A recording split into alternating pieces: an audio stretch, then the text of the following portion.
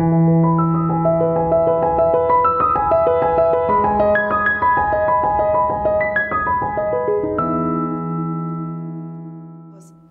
want to say sister, but dear Teresa Horn, our co-worker, our faithful, loyal, permanent, and perhaps there'll be a place for you to rest your bones in our cemetery. You've been with us now 32 years, is that correct? I've completed Yes. 32 years. Oh, mostly in Madden Hall, correct? Yes, Yeah. I've been, I think, on every floor. In every office. So I haven't gone too far. I still go in those main front doors, make that same walk across the street. And, I do recall you, when I first met you in the 80s, you had been here, a couple years, I think, before I came, but you were right there on the first floor of Madden where Jennifer Hunter is now, correct? Yes. Yeah. Mm-hmm. What was your ministry then? At that point, I was working campus administration, and I was the administrative assistant with, at that time, was Karen Fisk, who was in that department. And we were doing anything and everything from human resources to the residents that come in, building needs, working with all the environmental maintenance, grounds, food service, hospitality, socials, guests, tours. Are you the ones that began the co-worker family picnics? Yes, yes, we did. We initiated we had a family picnic, and that was a lot of fun, where we had Jeannie B. the clown came in for that. It was out on the greens. Yeah, there. out on the greens, and the grill, and we had games for the children. And I remember one year we did get rained out, but we made do. We made room in Madden. I was always in awe of how the two of you could cover and be responsible for all of those different activities. You even started the Achievement Awards, didn't you, of the Yes, we did. of the years here? Yeah, we would, at that point, we were given like a little logo pin for the service awards, and we actually put together the wage scales and the policies and procedures for the residents as well as the staff.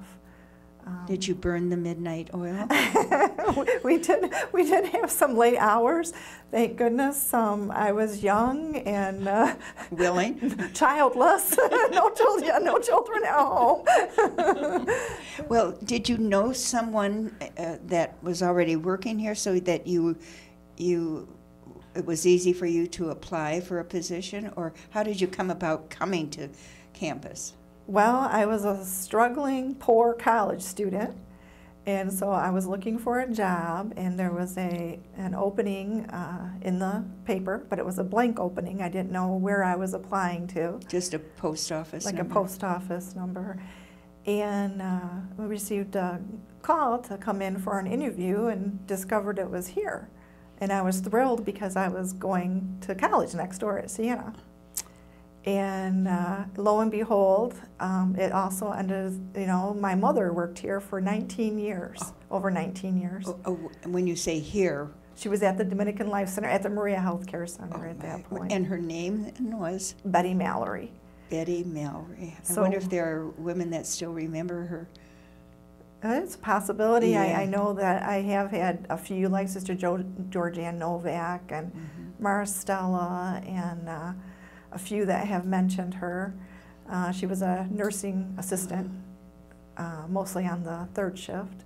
But that didn't influence your being hired at all, did it? They did not know that she was working here at the time of my interview, or until after I was here for probably a few days. I finally spilled the beans and let them know that she was here. So your interview must have gone well. It did. It did. I was nervous, but of course I was thrilled, to have this opportunity, and I have enjoyed it. I really have. It's hard to believe that 32 years. Yes. You know, there's times that you think, am I going to get past 1 year or 2 years, you know? Well, when you first came, who are some of the sisters with whom you were working? Oh, Sister Patricia Marie O'Rourke. She sat right behind me.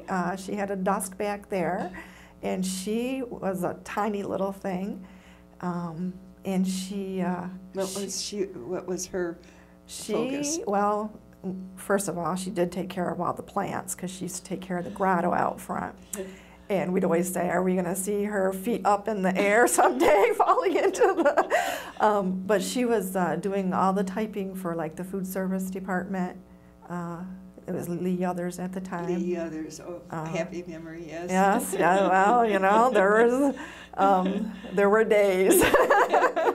But we would laugh so hard. Sometimes I thought she was going to fall off her chair back there at the desk. And she was, you know, she was really, she got me through a lot of rough times. Mm-hmm. But I was working with Karen and Catherine McKillop.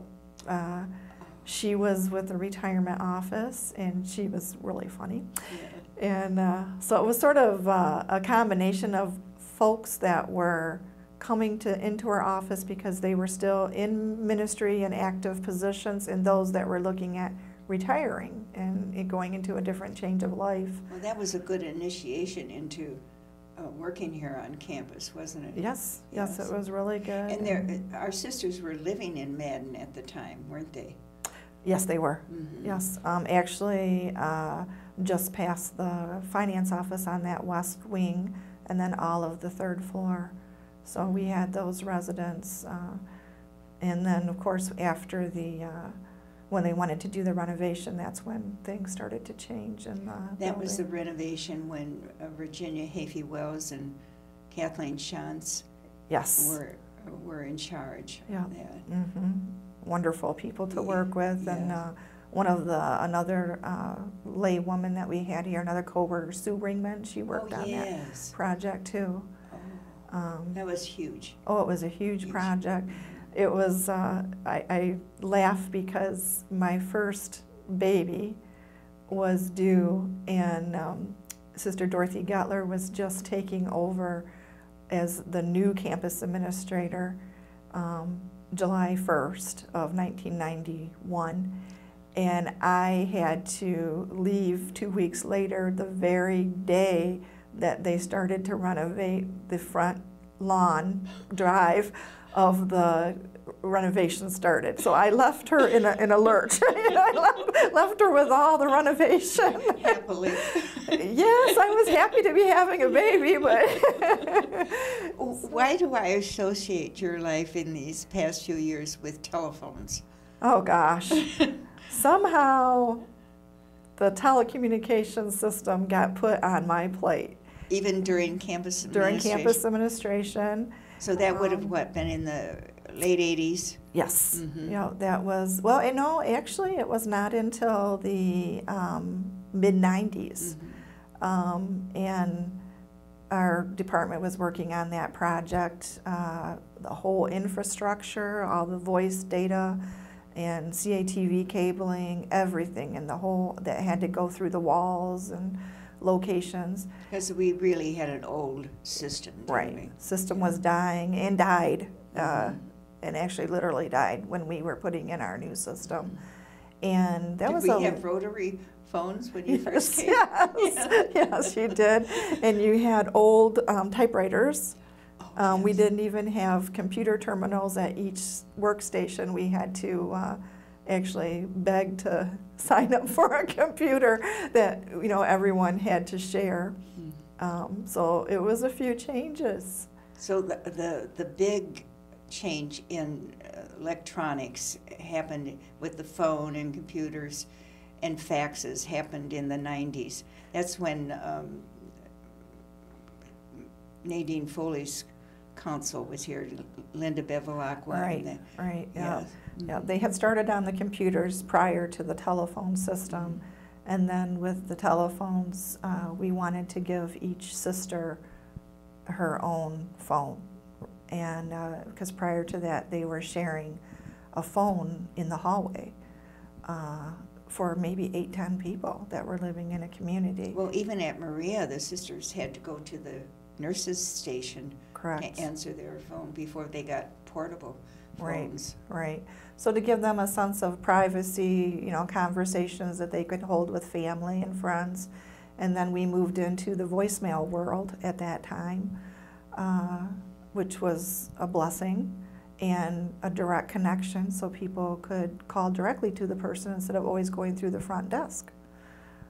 Because as you can imagine, anyone that worked at the front reception desk were taking phone calls for everyone in the entire Today campus. they're kind of ignored, aren't they? Yeah. So that was a big change. Yes, oh, So yes. it was a big challenge. And then, of course, you know, they our first renovation of that system was here just, 2014, end of 2014.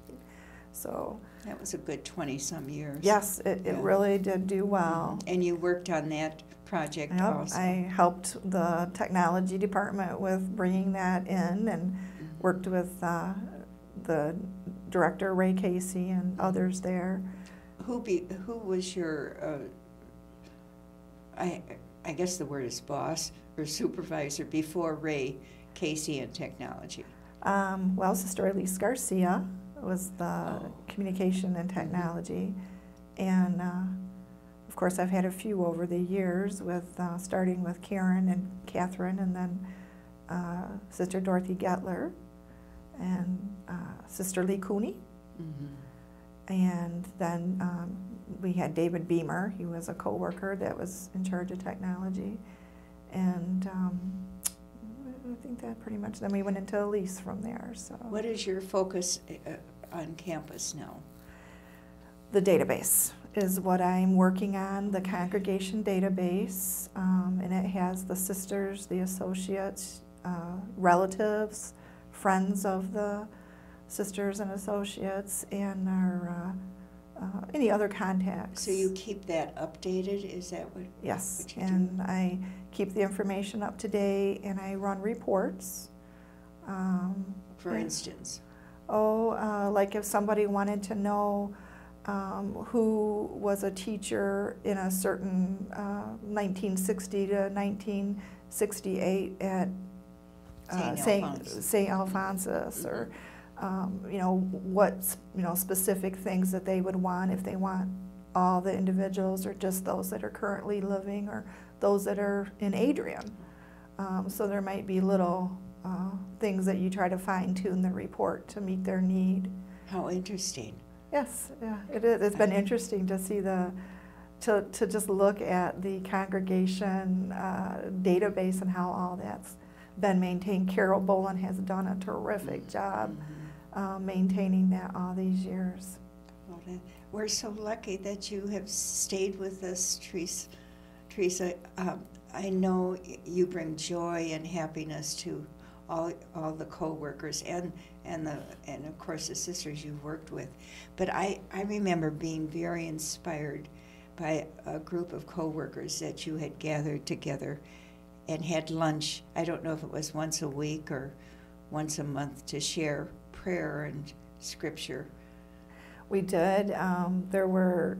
We were from the Madden building, the Dominican Life Center. Anyone that wanted to join us was able to.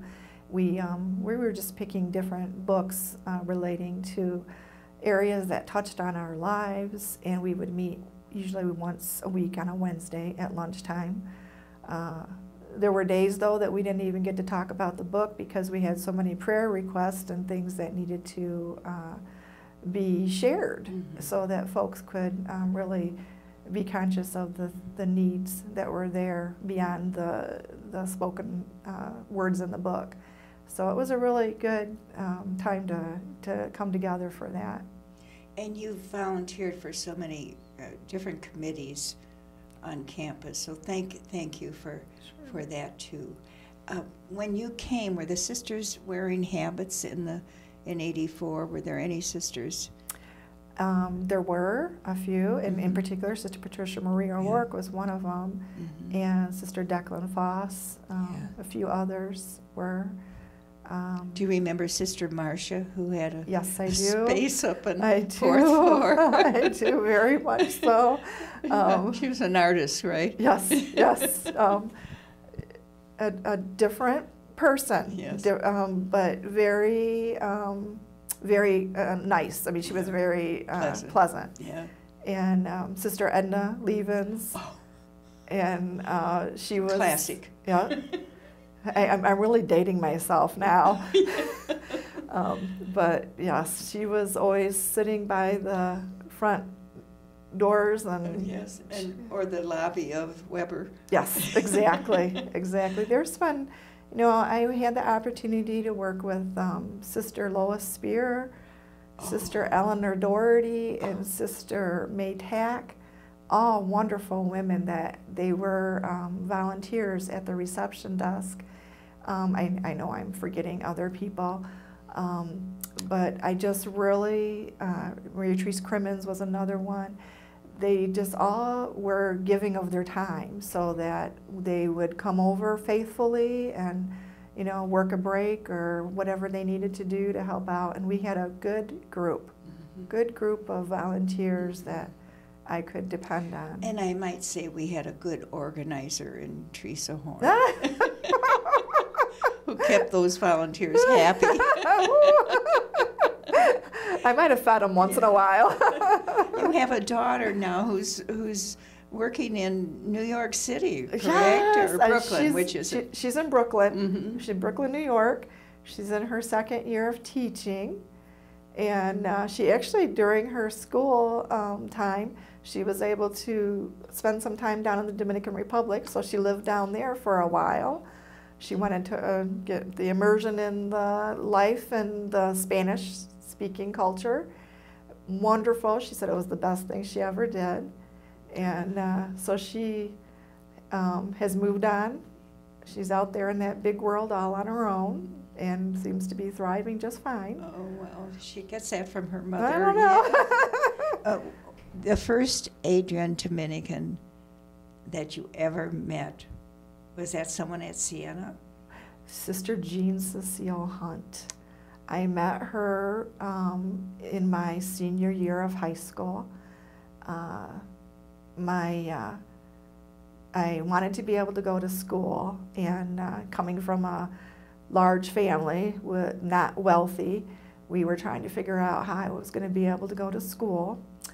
And I was connected with Sister Jean Cecile through a program. They called it a COPS program. Mm-hmm. I can't even remember what it stands for at this point.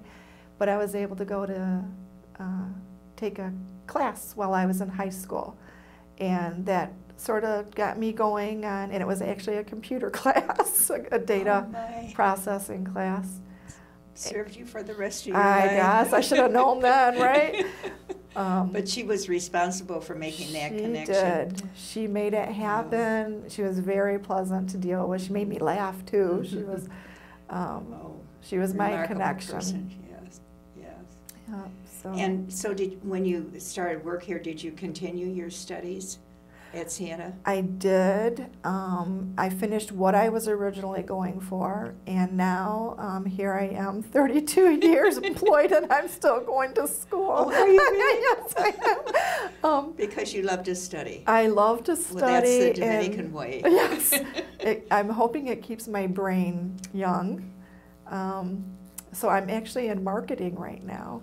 Beautiful. So I just finished micro and macroeconomics, loved those classes, absolutely loved them. And now marketing has my attention. And I'm so proud of you. So that's what I'm so happy to know you. Thank you so much for your time today. Well, thank you. I appreciate that. And again, for your time with us. And you have brought joy to our hearts well, thank through you, these Jody. 32 years. It's been a joy. God thank bless you.